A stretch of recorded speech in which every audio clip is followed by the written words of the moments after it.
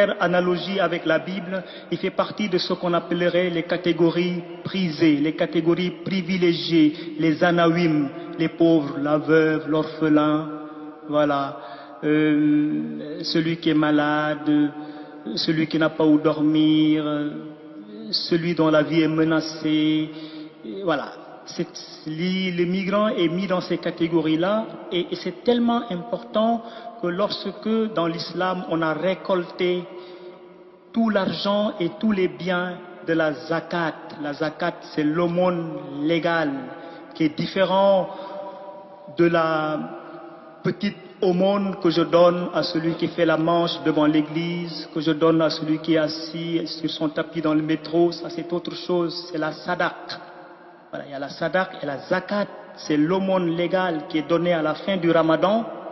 Et le musulman ne doit pas manger le repas de rupture du jeûne de ramadan, le repas du Eid al-Fitr, il ne doit pas le manger tant qu'il ne s'est pas acquitté de donner la zakat, l'aumône légale, qui est calculée sur un pourcentage bien défini sur le revenu. Et parmi les cibles privilégiées auxquelles sont destinées cette zakat, cette aumône légale, c'est le réfugié, Ibn al-Sabil.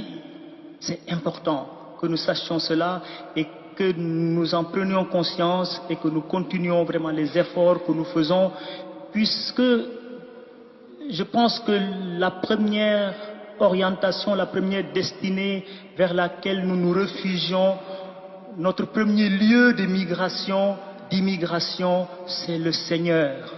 Nous nous réfugions vers Dieu. Dieu est notre refuge. Et il est important dans les rencontres, à mon avis, islamo-chrétiennes, qu'on puisse camper le débat là. Voilà. Si nous, à mon avis, si nous campons le débat sur la dimension religieuse, spirituelle, la dimension apostolique de la foi, eh bien, nous avons la chance d'échapper à beaucoup de conflits, beaucoup de tensions, qui, à mon avis, font que nous nous décourageons et nous considérons les autres comme un risque, comme un danger, etc. Même si effectivement il y a un peu de cela, il ne faut pas être naïf. Le premier, en tout cas dans l'islam, dans le Coran, l'immigré, le réfugié, c'est d'abord auprès de Dieu. Vous l'entendez souvent dans les discours, dans les mairies ou dans n'importe quelle réunion avec les musulmans, quand ils prennent la parole, la première chose qu'ils disent, Bismillah ar-Rahman ar-Rahim, et seconde chose, A'ouzou billah minash shaitan rajim, A'ouzou billah, je cherche refuge auprès de Dieu. Parce que le plus grand danger, à mon avis, face à un migrant, c'est l'ignorance, c'est de ne pas le connaître. Connais-tu ton frère musulman qui est en face de toi? Et dire à ton frère musulman, est-ce que tu me connais assez? Faisons connaissance, cela est important. Et faire connaissance est une chose merveilleuse dans le Coran. Dieu va dire, je vous ai fait hommes et femmes, je vous ai créé d'ethnies, de tribus, de langues, de couleurs différentes pour que vous fassiez connaissance. Se